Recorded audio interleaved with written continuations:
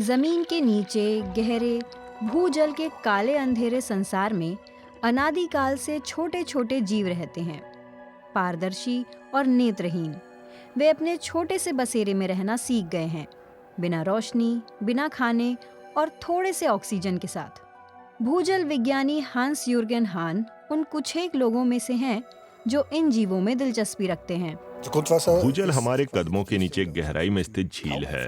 ये दिलचस्प और रोमांचक जीवों से भरा है जो पानी की सफाई में अहम भूमिका निभाते हैं। और इसके साथ हमारे पीने के पानी की क्वालिटी के लिए भी। ये एक ऐसी जगह है जिस पर कतई ध्यान नहीं दिया गया है और वह लाखों सालों से शायद ही बहुत बदला है। लेकिन अब बहुत सी जगहों पर भूजल का तापमान बढ़ रहा है।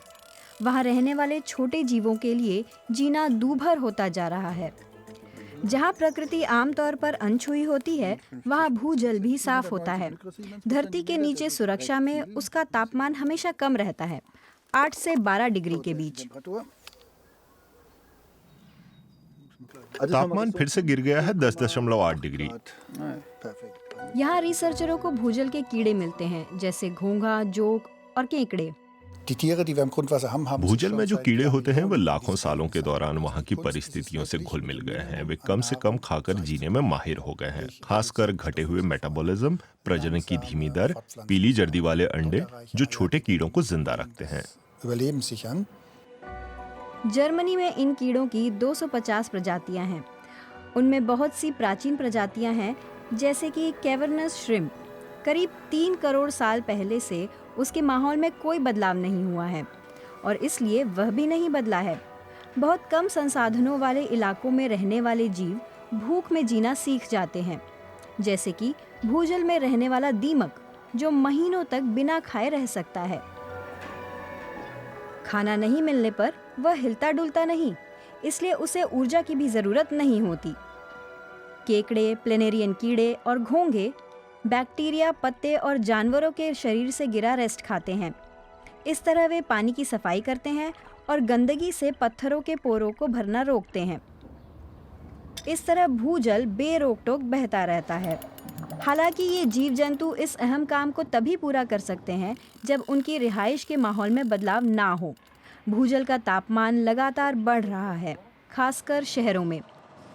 जलवायु परिवर्तन तो हो ही रहा है, इसके अलावा शहरों में बने अंडरग्राउंड गैरेज, मेट्रो और अंडरग्राउंड पाइप और वायरिंग धरती को गर्म कर रहे हैं और उसके साथ भूजल को भी। ये धरती के नीचे रहने वाले जीव जंतुओं के लिए अच्छा नहीं है। यहाँ पर 15.1 डिग्री ये बहुत ज्यादा है। ये तापमान भी करीब 3 डिग्री ज्यादा है। बहुत से शहरों में ये अब सामान्य है। जरूरी होगा कि भूजल का तापमान और ना बढ़े।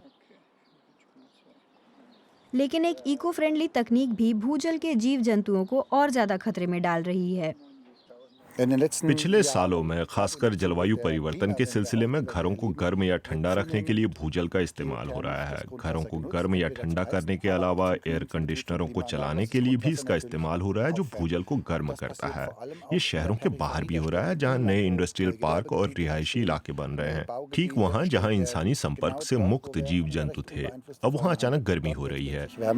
ये विकास भूजल में रहने वाले जीवों के लिए घातक है और पीने के पानी की सप्लाई के लिए भी, जिसे वे साफ करते हैं।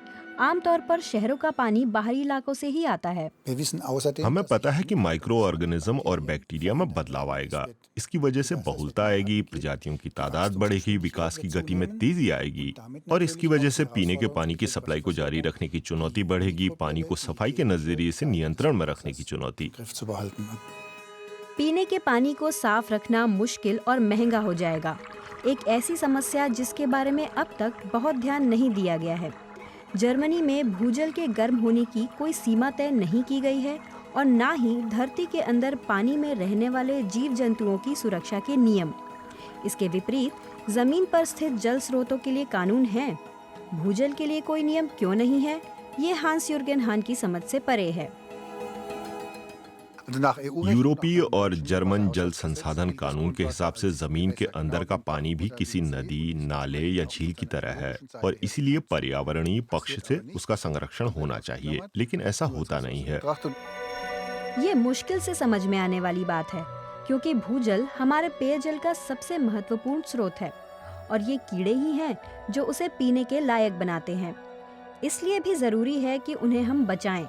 पाताल की हमारी दुनिया में रहने वाले छोटे छोटे शानदार जीव।